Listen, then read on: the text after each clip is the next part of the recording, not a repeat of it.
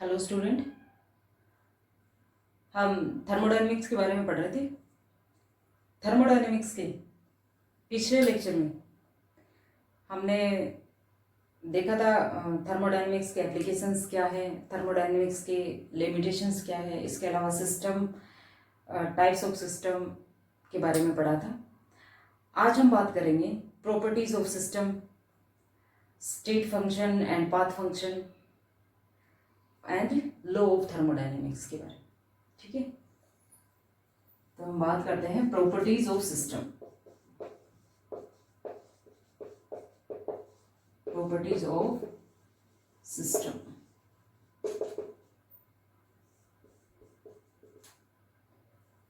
System की properties, दो तरह की प्रॉपर्टीज पढ़ते हैं हम। एक तो एक्सटेंसिव प्रॉपर्टी पढ़ते हैं और एक क्या, इंटेंसिव प्रॉपर्टी पढ़ते हैं, यानी विस्तारण गुण पढ़ते हैं और गहन गुण पढ़ते हैं। एक तो होती है इंटेंसिव प्रॉपर्टी,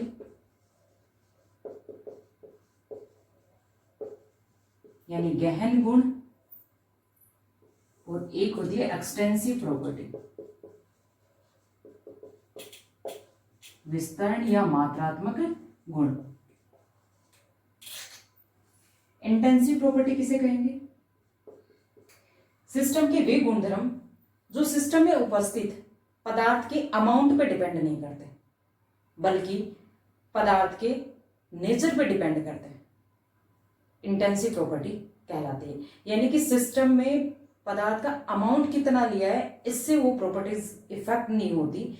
अगर सब्सटेंस अलग लिया है, यानी कि मैटर के नेचर पे डिपेंड करती है, इस तरह की प्रॉपर्टीज क्या कहलाती है? इंटेंसिव प्रॉपर्टीज कहलाती है। तो सिस्टम के वे गुणधर्म, सिस्टम के वे गुणधर्म जो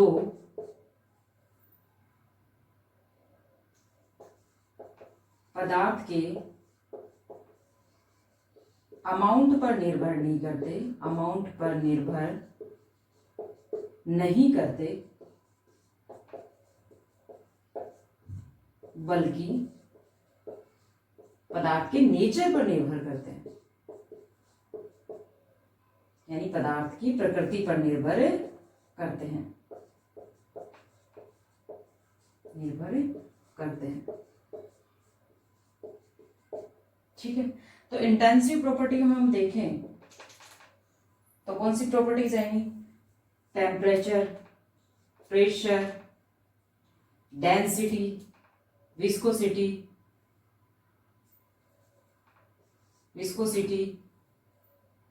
surface tension, dipole moment, specific heat, molar enthalpy, molar entropy, molar free energy,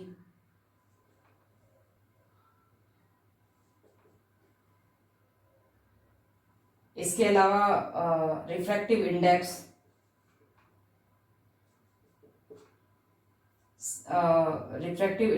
इसके अलावा भी केमिकल पोटेंशियल है, वो भी इंटेंसिव में आता है। यानी कि इस तरह की ये जो प्रॉपर्टीज है, ये सब क्या है? सिस्टम की इंटेंसिव प्रॉपर्टी है, जो सिस्टम के अंदर प्रेजेंट सब्सटेंस की नेचर पर डिपेंड करती है, अमाउंट पर डिपेंड नहीं करती।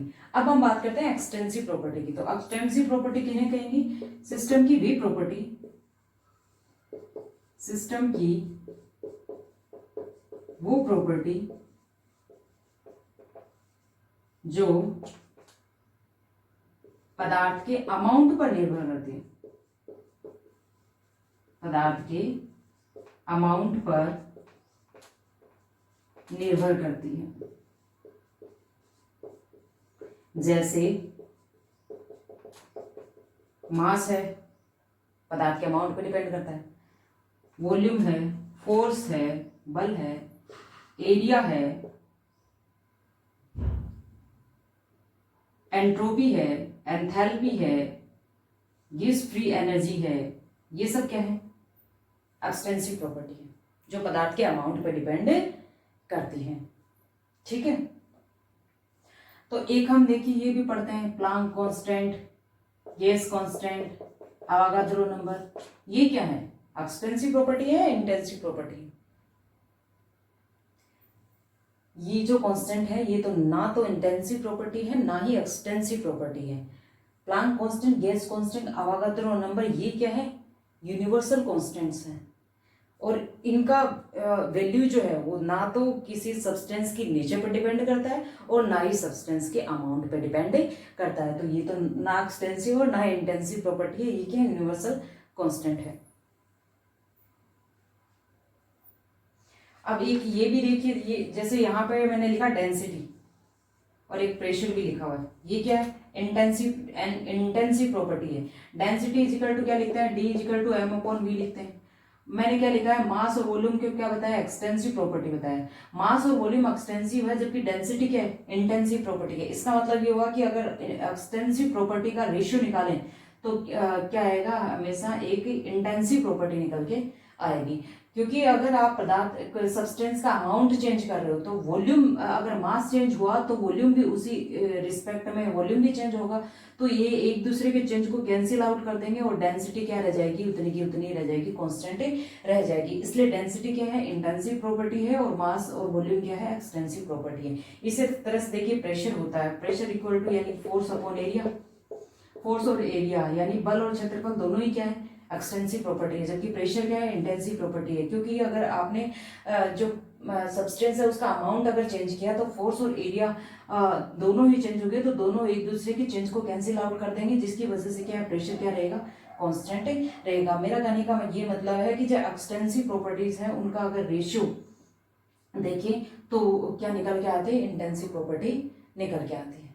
ठीक है, तो ये थी सिस्टम की प्रॉपर्टी, इंटेंसिव प्रॉपर्टी और एक्सटेंसिव प्रॉपर्टीज।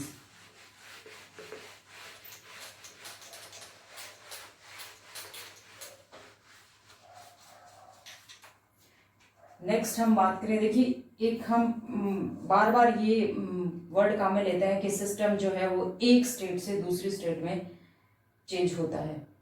तो स्टेट से क्या मतलब है? State of system.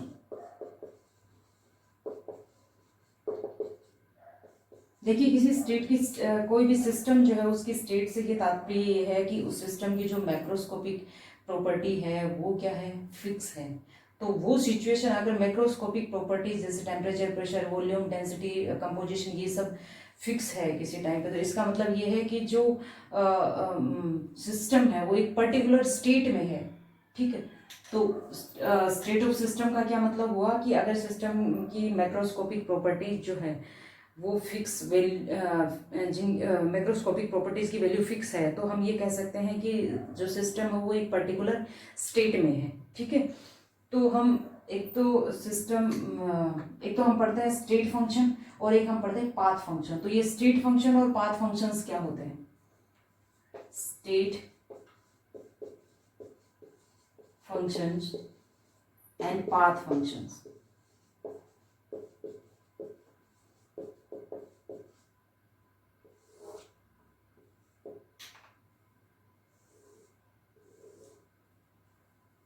State function का क्या मतलब होता है? देखिए इस तरह की फिजिकल थर्मोडायनेमिक क्वांटिटी जो सिर्फ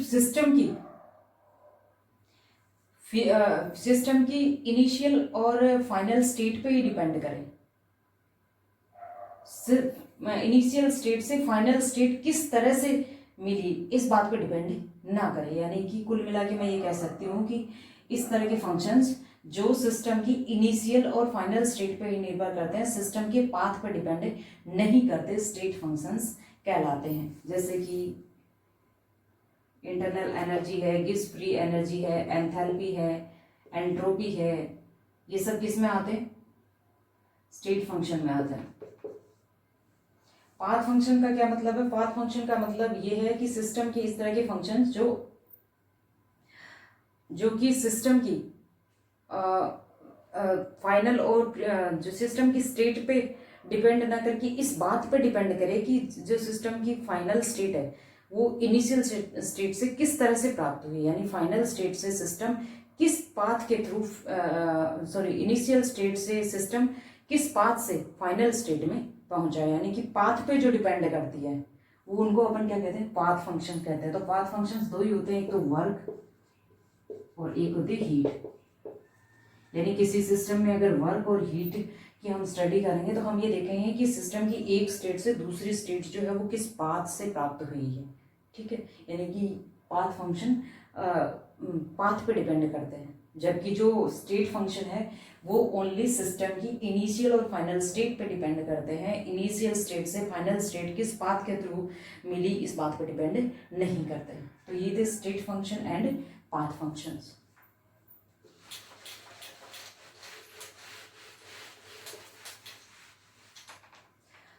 अब हम बात करते हैं थर्मोडायनेमिक्स लॉज की, laws of thermodynamics.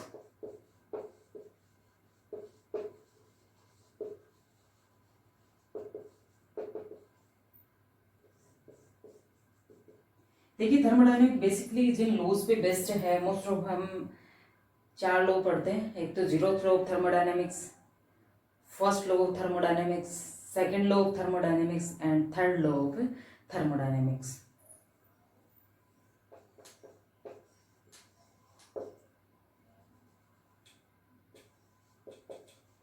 Zeroth law of thermodynamics.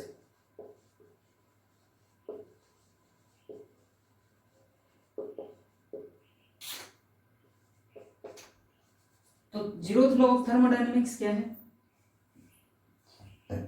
Zeroth law of thermodynamics के अकॉर्डिंग अगर कोई दो वस्तुएं अलग अलग किसी तीसरी वस्तु के साथ, कोई दो वस्तुएं अलग अलग किसी तीसरी वस्तु के साथ तापीय साम्य में है, थर्मल इक्विलिब्रियम में है, तो वो आपस में भी एक दूसरे के साथ तापीय साम्य में होंगी। इसे अपन क्या कहते हैं? जीरोथ लॉ कहते हैं। यानी कि जब मान लीजिए कोई दो वस्तु है ए और बी है, वो अलग अलग किसी तीसरी वस्तु सी के साथ तापीय साम्य में है, तो वो आपस में भी क्या होंगी? एक दूसरे के साथ तापीय साम्य में होंगी। ये बात कौन कहता है? जीरोथ लॉ कहता है।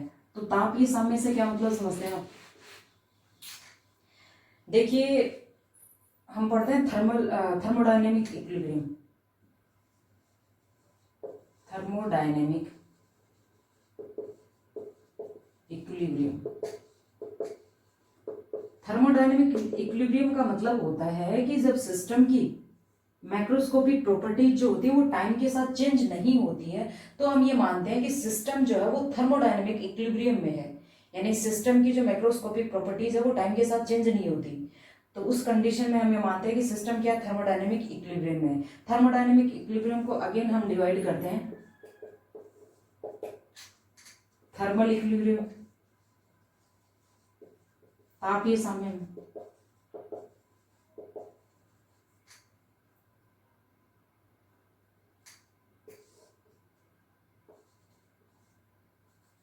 केमिकल इक्विलिब्रियम,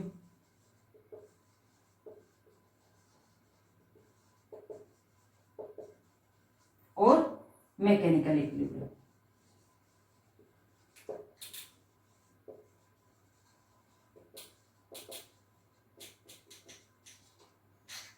थर्मल इक्विलिब्रियम का क्या मतलब होता है?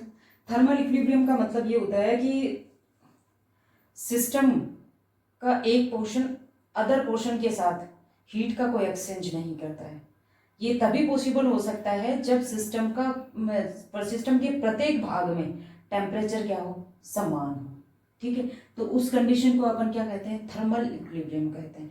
यानी कि जब सिस्टम का एक पोर्शन अदर पोर्शन के साथ हीट का एक्सचेंज नहीं करता है तो उस सिचुएशन को थर्मल इक्विलिब्रियम कहा जाता है। ये तभी पॉसिबल होता है जब सिस्टम का जो प्रत्येक पार्ट है उसका टेम्परेचर क्या हो?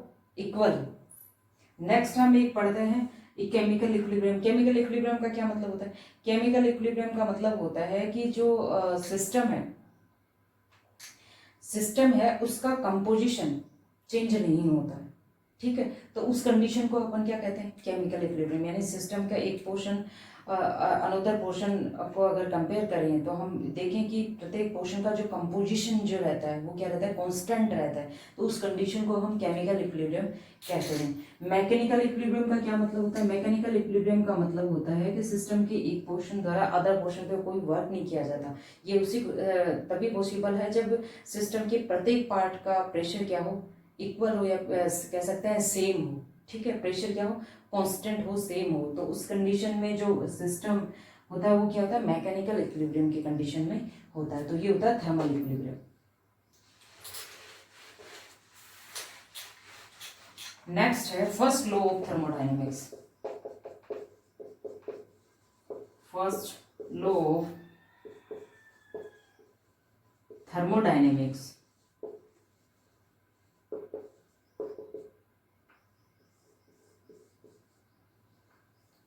फर्स्ट लॉ ऑफ थर्मोडायनेमिक्स क्या कहता है, फर्स्ट लॉ ऑफ थर्मोडायनेमिक्स ये कहता है कि जो ब्रह्मांड की कुल ऊर्जा होती है वो क्या होती, ब्रह्मांड की कुल ऊर्जा नियत रहती है। ठीक है, यानी कि फर्स्ट लॉ ऑफ थर्मोडायनेमिक्स क्या है, एनर्जी कंजर्वेशन लॉ है, ऊर्जा संरक्षण का नियम है। क्योंकि ये बात बोलता है कि जो ब्रह्मांड की कुल ऊर्जा है वो क्या है, नियत रहती है। अब फॉर एग्जांपल जैसे सिस्टम को अपन ने एनर्जी दी या हीट दी, तो वो जो एनर्जी होगी वो सिस्टम की इंटरनल एनर्जी में चेंज करने की काम आएगी और सिस्टम द्वारा परिवेश पर किए गए कार्य के रूप में काम में आएगी। यानी कि जो इंटरनल एनर्जी यानी इन्वायरमेंट से जो अपने सिस्टम को जो ऊर्जा दी, ऊर्जा दी डी क्यू इक्वल टू, वो उस सिस्टम की इंटरनल एनर्जी चेंज के काम आएगी, प्लस उस सिस्टम द्वारा सराउंडिंग पर किए गए कार्य के काम में आएगी। यानी कि सिस्टम जो भी एनर्जी सराउंडिंग से देगा उस एनर्जी का कुछ part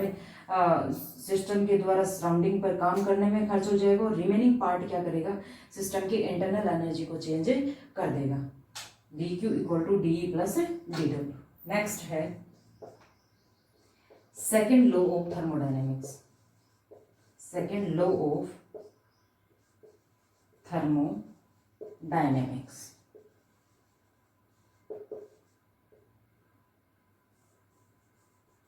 second law of thermodynamics क्या है, सेकेंड लॉ ऑफ थर्मोडायनेमिक्स ये कहता है कि यूनिवर्स की एंट्रोपी जो है वो कंटिन्यूअस इंक्रीज हो रही है। यानी कि एंट्रोपी क्या है, एंट्रोपी एक तरह से अव्यवस्था का माप है। यानी सेकेंड लॉ ऑफ थर्मोडायनेमिक्स ये कहता है कि जो यूनिवर्स की एंट्रोपी है, अव्यवस्था जो है वो लगातार बढ़ती जा रही है।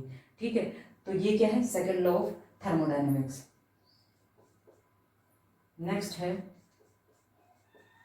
Third law of thermodynamics.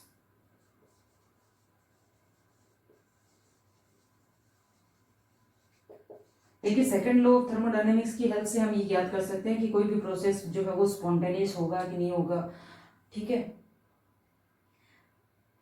इसके अलावा एंट्रोपी के बारे में भी जानकारी मिलती है। थर्ड लॉ ऑफ थर्मोडायनेमिक्स क्या कहता है, थर्ड लॉ ऑफ थर्मोडायनेमिक्स ये कहता है कि परम शून्य ताप पर, परम शून्य ताप पर कोई भी जो प्योर क्रिस्टलाइन सब्सटेंस होगा उसकी एंट्रोपी क्या होगी, जीरो होगी। यानी परम शून्य ताप पर कोई भी प्योर क्रिस्टलाइन सब्सटेंस जो होगा उसकी एंट्रोपी क्या होगी, जीरो होगी।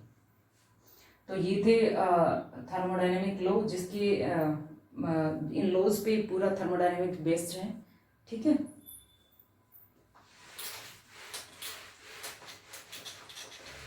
आज के लिए इतना ही, बाकी नेक्स्ट लेक्चर।